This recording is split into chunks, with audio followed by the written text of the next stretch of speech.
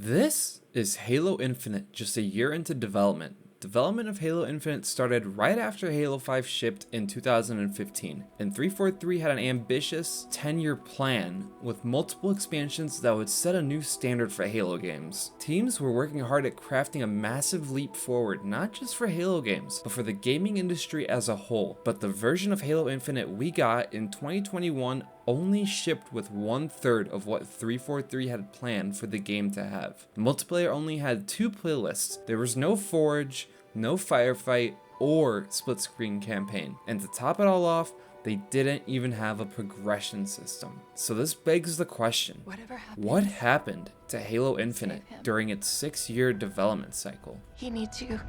You're all he has.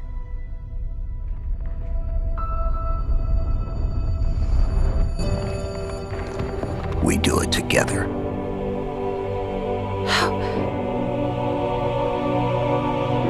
How can you trust me? I don't. But I want to.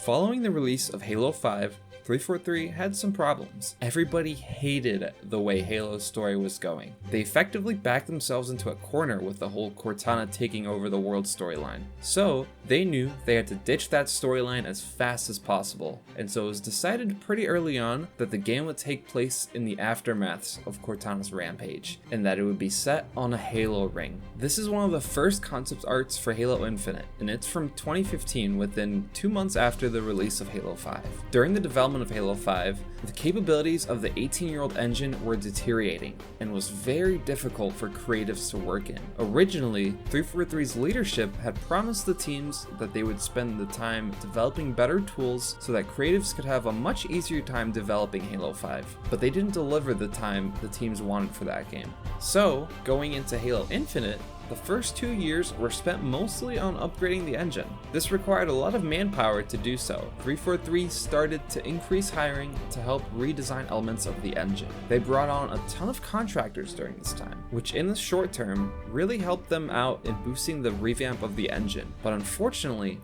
due to regulatory rules set for Microsoft, contractors would only be able to work for 18 months. And after that, they would either have to depart the project or in rare cases be brought onto the team to help continue their work.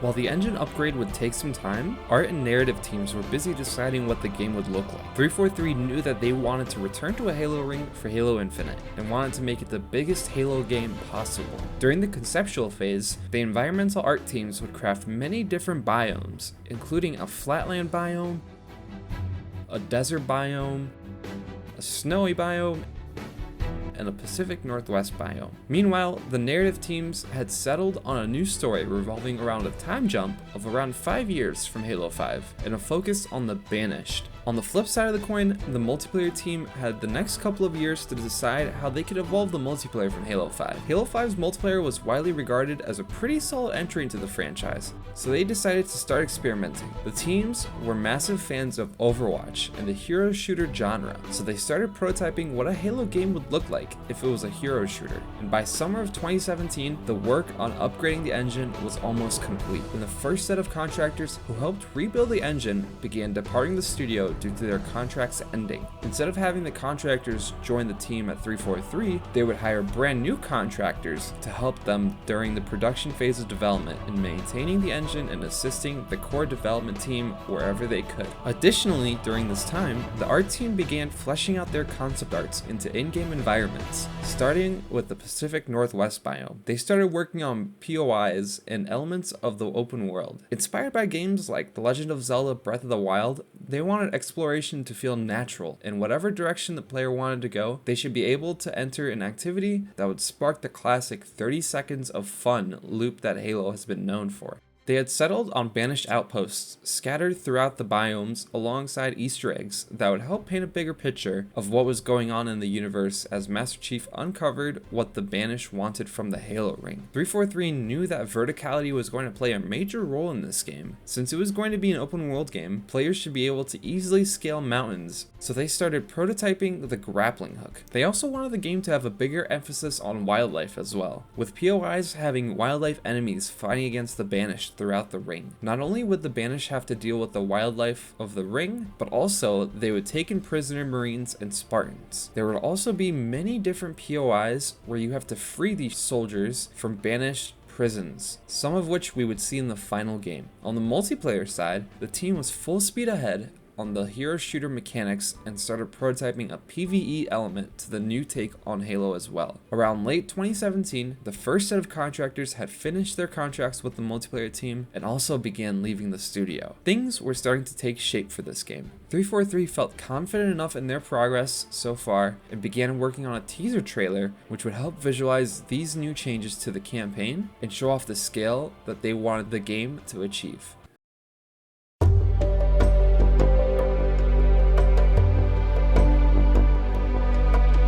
After the engine upgrade was complete, 343 revealed Halo Infinite to the world with a flashy trailer showcasing its new art style, updated engine, different biomes, and a completely new tone for what Halo games would be going forward. They really wanted to emphasize that this would be a spiritual reboot of the franchise. Fan reception to the shift in direction following Halo 5's was overwhelmingly positive, to say the least.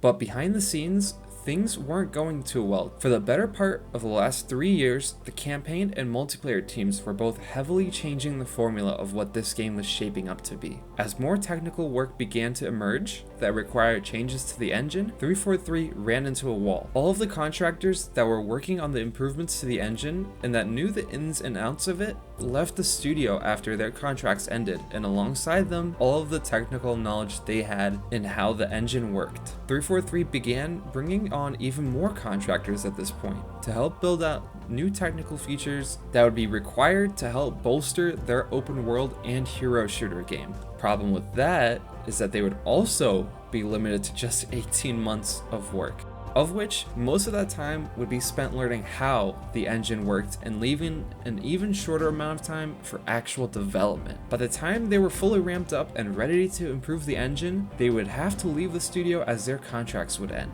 Despite this massive technical setback, the campaign team continued to iterate upon the prototypes they began building up. They started creating dungeons that would have some of the key story elements and began crafting the environment for the first biome. They couldn't develop the different biomes in tandem due to the contractor issues stemming from the engine development, as they'd be forced to part with key contracted developers during the crucial production phase of development. At this point, both campaign and multiplayer teams were in trouble. On the multiplayer side, 343 had spent the better part of the last 2 years working on creating hero shooter gameplay with Halo, and it was very different than what Halo fans would have expected the multiplayer to play like. 343 also wasn't confident in their ability to support the hero abilities post-launch, as the limitations of the engine really started to become visible. And just like the other teams, the multiplayer teams were also battling with attrition due to contractors leaving. By the end of 2018, the development of Halo Infinite was in trouble. At this point, they would also bring on Skybox Labs to help craft the Forge mode of Halo Infinite. This team was also in charge of the Forge mode from Halo 5, which was revered massively by fans. One highlight during this time was that 343 had chosen their composers for Halo Infinite, Gareth Crocker and Curtis Schweitzer. I think I butchered that last name, but they were set to create the game's soundtrack. Additionally, at this point, 343 started to put together another trailer to be shown at E3 2019, and since at this point in development the campaign was far from being completed, they could only show a highly controlled and less representative portion of what the game would actually be. This is you, Ennis!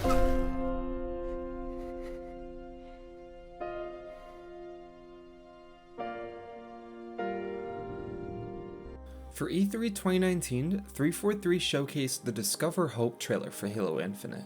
This trailer was 6 minutes long and showcased no gameplay, but was entirely focused on the cinematics. They couldn't show any gameplay even if they wanted to at this point, as the game wasn't even close to being finalized.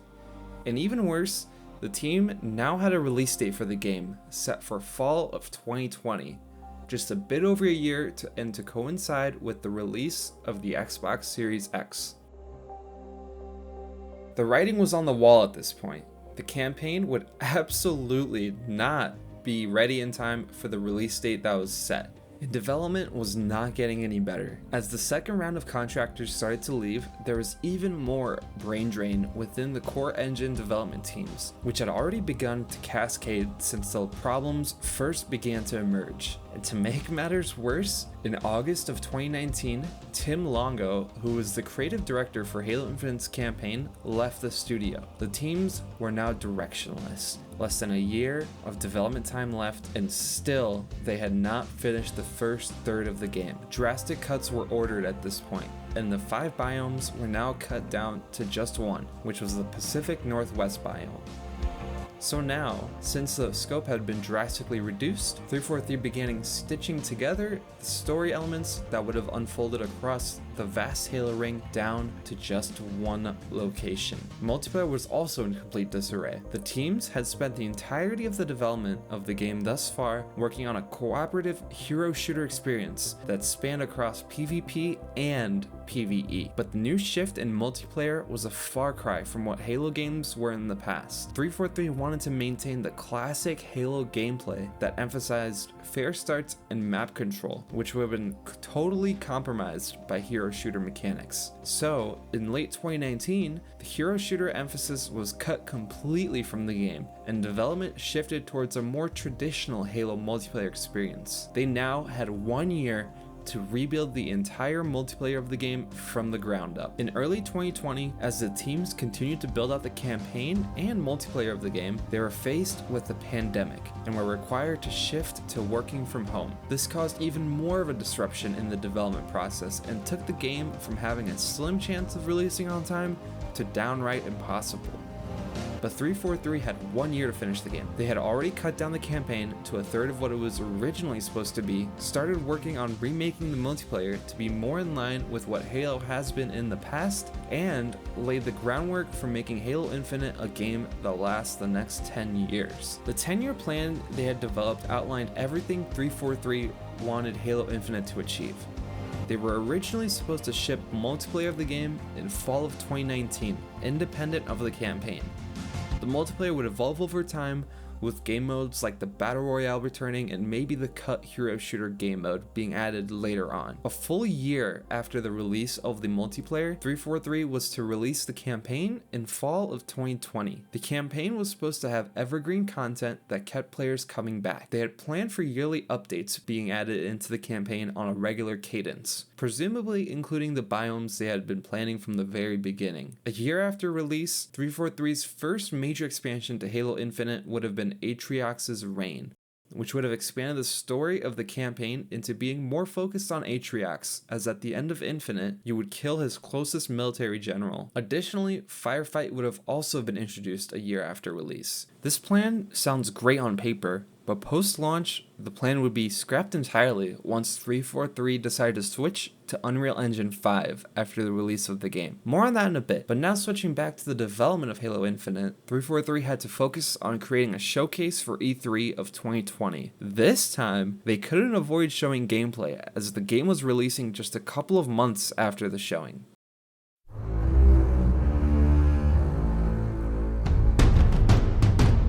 343 put together this demo of what they would internally call the Ascension reveal, showcasing what gameplay of Halo Infinite would look like. While there was a lot of exciting gameplay elements here, like the renewed emphasis on equipment or new enemy behaviors, it was pretty apparent that this game needed more time to develop. The graphics were extremely lackluster and definitely looked more like a pre-alpha than what we should have been getting within a couple of months. Not to mention that this was a launch title for the next Xbox, so fan expectations expectations were that the graphical fidelity of the game should raise the bar of what we could expect from the next generation of consoles. The issue of over-reliance on contract work continued to harm the team, as more and more people were entering and leaving the revolving door of working on Halo Infinite, the more development stagnated. A few weeks after the Disastrous reveal, 343 made the announcement that the game would be delayed for a year to allow the teams to keep refining and polishing the game before its release. Chris Lee, who was the director of the game, was blamed for spearheading this approach of contracting out the development of the game, and due to the lackluster E3 showing, he was sidelined from the project a few weeks after the delay announcement. At this point, there was only one person who could pull together the team and start to course correct the game. Whose birthday is the Grunt birthday party skull for? Oh, it's everybody's birthday when you get that skull on. I really hope it's not the Grunt who you just headshotted. Nope, not that guy. He's the unlucky one. Joseph Staten, a longtime Bungie veteran who was still at Microsoft, was brought on as chief creative of Halo Infinite. If there was anybody who knew how to make a fantastic Halo game, it was him. Immediately following the departure of Chris Lee, Staten joined the team and began to work on how he could best support the remaining development of the game. The work on improving the graphics of the game began right after the delay, and so his focus was mainly on making the campaign more enjoyable. He started with creating more POIs around the map, including the hilarious Grunt radio towers.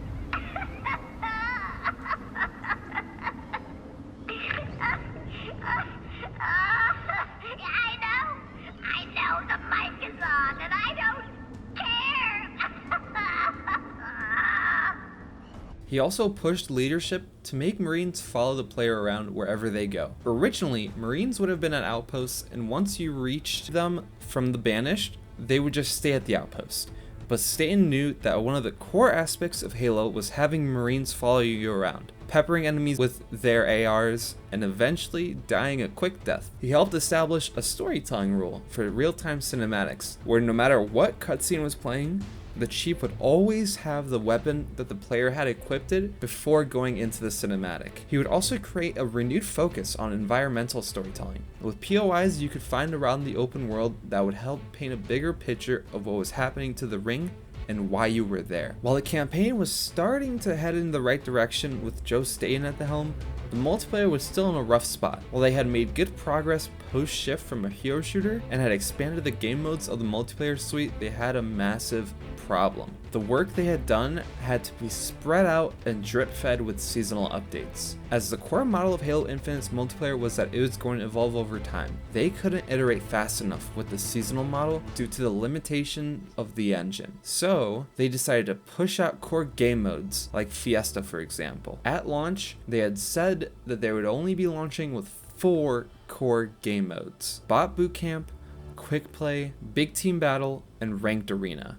This was done so that as the game went through different seasons, they could focus on different areas of improvement, like progression systems, forge, new weapons, and new equipment abilities. Another devastating byproduct of the limited engine capabilities was that Forge was not shaping up to be at the level of Halo 5's Forge system. While the development of Forge was completely outsourced to Skybox Labs, they were still victims of the abysmal engine limitations. But they were making steady progress, and it seemed like they would have a simplified version of Forge with scripting added later on during a seasonal update. By the end of 2020, the game was set to have a bit of a rocky launch, but the 10-year plan that 343 had crafted would mean that eventually, over time, some of the pain points at launch would be a distant memory. For me, it boils down to this tight arena-style combat and Big Team Battle, this wide-open, vehicle-infused kind of combat.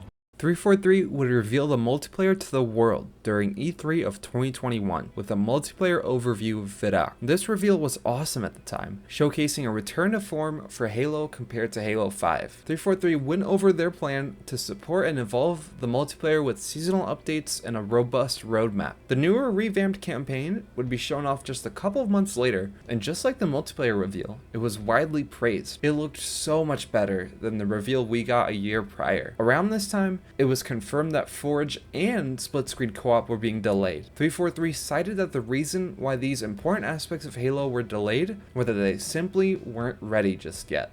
But despite this, the game would release in December of 2021, and the initial reviews were pretty good and widely loved by critics and fans. It seemed like 343 had managed to successfully course correct the game and have it in a pretty good state with a very short production development cycle. While the delay of Forge and split-screen co-op stung a bit, fans were still excited to know that the game would evolve over time as campaign expansions and regular season updates were promised. But of course, as we know now, this didn't play out the way 343 or fans wanted it to. Fast forwarding a bit to post-release, 343 had promised the community that seasonal updates would alleviate the pains players were experiencing with the game. For starters, there wasn't really a reason to play the game once you completed the Season 1 Battle Pass, as there was no type of progression system or any rewards for sustained gameplay beyond some emblems and weapon charms for ranked play. Season 1 ended up lasting 6 months, with Season 2 arriving in May of 2022. The season added a small narrative to the multiplayer, 2 maps, and fighting for network co-op play for the campaign. But 343 also decided to extend the season out to 6 more months. In fact, Season 3 wouldn't even launch at all this year, but in its place was a winter update. The winter update added in Forge, network co-op for the campaign, a custom games browser, and a beta progression system. Yes, a beta progression system. Season 3 would also be delayed until March of 2023. A month after the release of Season 3, which was a pretty incremental seasonal update with just 2 maps and some gameplay additions, 343 Industries had massive layoffs. Almost a third of Halo's development team was laid off, with the biggest impact happening across the campaign team. Joseph Staten would also leave Microsoft during these layoffs, and Halo veterans across the board also departed or were laid off. These layoffs effectively killed any future plans for campaign expansions and set Halo Infinite in a maintenance-only mode, where major feature work was halted and the only thing that would be maintained in the game being game modes and the storefront, as it was the only source of revenue. Additionally, 343 stopped having updates for the game come in the form of seasons, and now shifted towards operations, which were smaller in scope with little to no major feature work, and instead started relying heavily on the community to make custom Forge maps for upcoming game modes. Jumping to now, Halo Infinite is a dying game. There hasn't been any major improvements that 343 has made for the game with the exception of Forge. They recently introduced the 3rd new weapon to Halo Infinite, and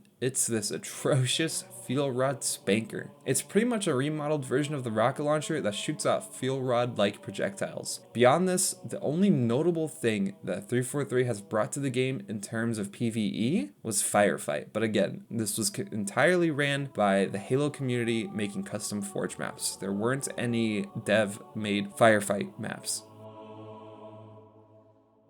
As part of the layoffs and now the smaller development team, 343 has decided to reboot the franchise with a remake of Halo Combat Evolved. This time, they're switching over to Unreal Engine for their next entry. While I'm not sure how I feel about a remake of Combat Evolved, I do think that the switch to Unreal Engine was a good move. The technical debt that they had accrued during the development of Halo Infinite's over-reliance on contractors would make it a Herculean task to remodernize the existing engine. I do hope that besides the Combat Evolved remake though, that 343 is also working on a sequel to Halo Infinite, as they have so much cut content they could pull from, especially considering 2/3 of the campaign was cut from the game. But as it stands, Halo Infinite is left to die a slow death. What do you think of the current state of Halo? Don't forget to leave your comments down below, as I do read most of them. And don't forget to like this video if you like this deep dive into the development of Halo Infinite, and subscribe for more awesome content. Thank you.